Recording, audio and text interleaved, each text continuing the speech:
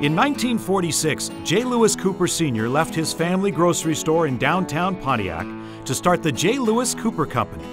He began the distribution business at the suggestion of his cousin, Brother John Hoffman, who ran the Christian Brothers Winery in Napa.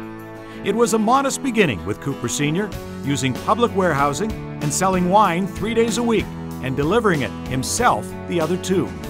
In the late 40s, he began adding drivers and getting his own warehouse space. His first big break came when the distribution rights for the E&J Gallo Winery for Metro Detroit became available in 1956. After being awarded those rights, most of the company's growth came and went with the success of the Gallo Winery. Items like Thunderbird, Ripple, and Madria Sangria represented a large portion of the company's business.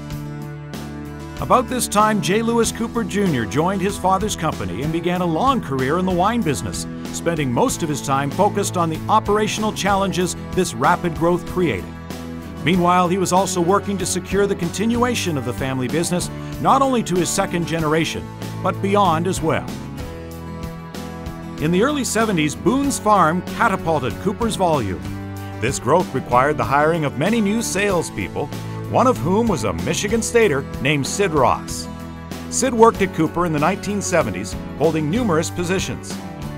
In 1977, he left Cooper to join the Mogen David Winery as a state manager for Michigan, calling on many of the wholesalers in the area that sold the wines, one of which was General Wine and Liquor, a small distributor located on the east side of Detroit. In 1978, Sid left Mogen David, sold his house, moved his pregnant wife Elizabeth into an apartment, and purchased General Wine. In the 80s, both companies experienced much success and many trying times, but unlike a lot of their competitors, they survived. Strong competition between the two distributors resulted, which actually created a mutual respect. General's growth and success was tied to Richard's Wild Irish Rose, as well as the start of a liquor brokerage business. The company's name was then changed to General Wine Company and General Liquor Company. Meanwhile, Cooper continued to grow with many successful launches by the Gallo wineries such as Andre, Carlo Rossi, and Bartles and James. In 1985, a third-generation family member joined the J. Lewis Cooper Company when J. Lewis Cooper III entered the business.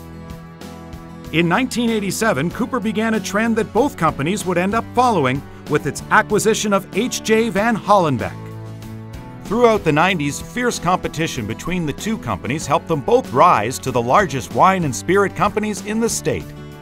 Cooper mostly focusing on wine, while General focused mostly on spirits. Both companies got involved as ADAs when the state privatized the warehousing and delivery of spirits in 1997.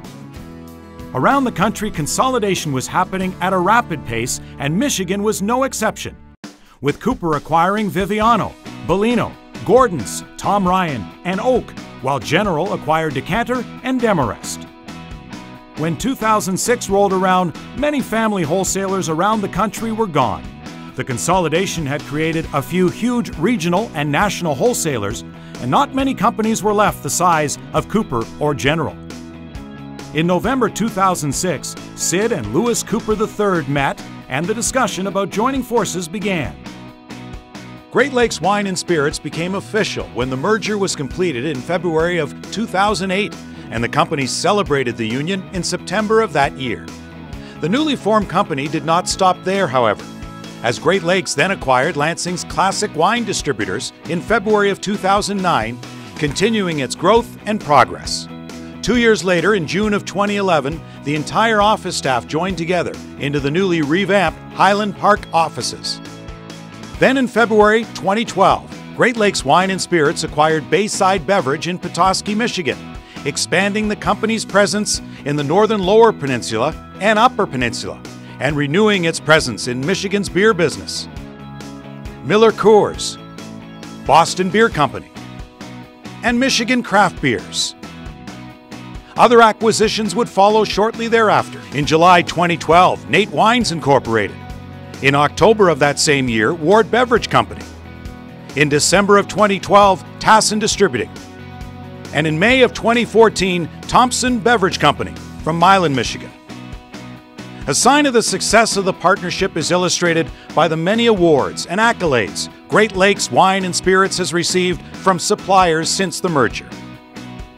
Today, Great Lakes Wine and Spirits has over 900 employees, and the company continues to grow and prosper. A fixture in the beverage business in the Midwest and a model company rooted in a solid foundation of a family business, and proud of its rich history and success.